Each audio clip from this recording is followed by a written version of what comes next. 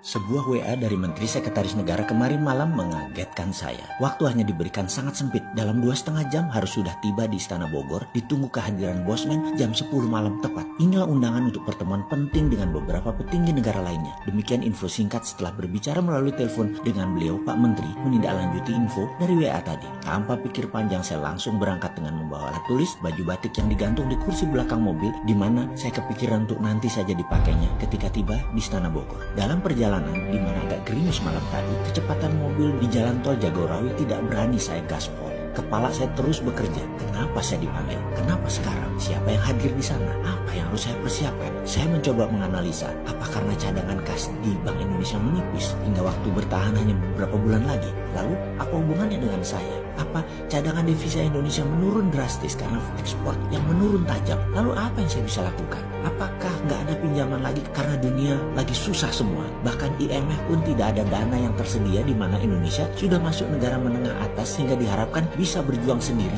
sehingga Indonesia saat ini memerlukan solusi alternatif. Apa ada signal bahwa Amerika menang perang sehingga memerlukan kebijakan bagaimana menghadapi Trump yang ambisius untuk menjadi sheriff dunia? Lalu saya harus bagaimana? Pikiran saya yang liar ke sana kemari tanpa terasa membawa ke ujung jalan tol keluar di dekat terminal Baranang Siang, Bogor. Belok kanan dan tidak lama kemudian kurang dari 5 menit sudah sampai gerbang Istana Bogor yang malam itu cukup lengang suasananya. Namun protokol keamanan di depan gerbang ternyata ketat sekali. Kendaraan saya berhenti tepat di depan gerbang. Jendela kaca mobil saya turunkan perlahan. 2 orang menghormat dan membungkuk menanyakan identitas saya yang dicocokkan dengan data di map seorang perwira di belakangnya. Mardi Guowi, ya Pak, katanya sopan. Yang dilanjutkan, silakan parkir di sisi kiri, nanti Bapak akan kami kawal ke dalamnya. Saya melihat jam dan jam menunjukkan jam 9.40 malam. Alhamdulillah, tepat waktu. Sambil memarkirkan mobil, saya ganti pakaian batik dan mengambil map kulit, buku catatan favorit saya. Kendaraan listrik Golf menanti saya dan saya pun duduk di samping pengemudi yang kemudian berjalan cukup kencang ke arah pepohonan sisi kanan, berbelok sedikit,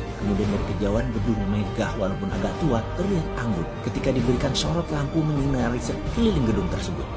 Ini dalamnya Istana Bogor itu ya, demikian gumam saya dalam hati. Kendaraan listrik berhenti di posisi agak ujung, lalu 2 orang pria menggunakan batik menghormat singkat kepada saya sambil mengulurkan tangannya menunjukkan saya harus menaiki anak tangga di depannya, dan satu lagi temannya mendahului langkah saya mengarahkan kemana jalan yang harus saya tuju. Jajaran kursi antik dan meja di ruang pendopo terlihat sepi. Kemudian diarahkan saya ke belakang, ruangan yang ada 2 penjaga di pintunya dengan pintu tinggi warna putih. Pintu 2 daun. Agaknya ruang meeting utama ini menurut perkiraan saya waktu itu. Ternyata saya tidak dibawa ke sana, tapi terus ke kanan, lorong agak panjang menuju satu ruangan tamu agak kecil jika dibandingkan ruang pendopo di depan tadi. Saya diperintahkan duduk, namun belum saya duduk ada suara memanggil nama saya. Pak Mardiwowi. Saya pun membalik badan dan ada 2 orang yang posisinya terhormat di negeri ini menghampiri saya, Pak Pratikno dan Pak Pramono Anung. Saya pun membalik badan, kedua telapak tangan saya rapatkan menghormat kedua tuan rumah tersebut dalam protokol COVID, di mana sejak tadi saya menggunakan face shield dan masker yang kemudian di belakang keduanya tanpa seorang dokter langsung mengecek suhu saya dan beberapa pertanyaan standar protokol COVID yang kemudian saya pun mencopot semuanya ketika dikatakan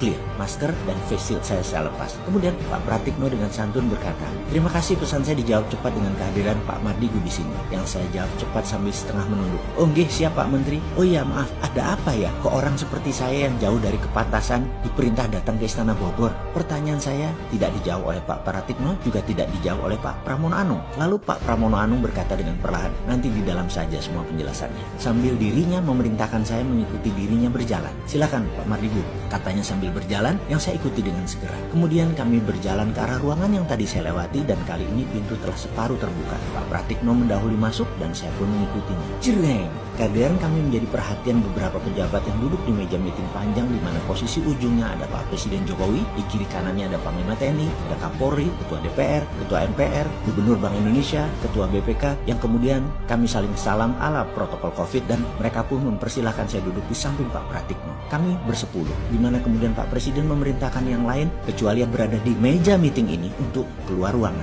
Semua ini membuat saya tegang sekali karena tidak tahu apa yang akan terjadi. Begini, saya langsung saja. Demikian Pak Presiden mengawali percakapan malam ini dengan nada seperti dirinya lakukan yang banyak kita kenal, mengeja perlahan kata per kata. "Mas Mardigu, terima kasih atas kehadirannya. Kami mengundang semua yang hadir di ruangan ini dengan pemberitahuan sangat terbatas dan semuanya sama. Hanya kami putuskan tadi sangat cepat, yaitu jam 7.30-an malam, untuk kehadiran jam 10 malam ini di ruangan ini.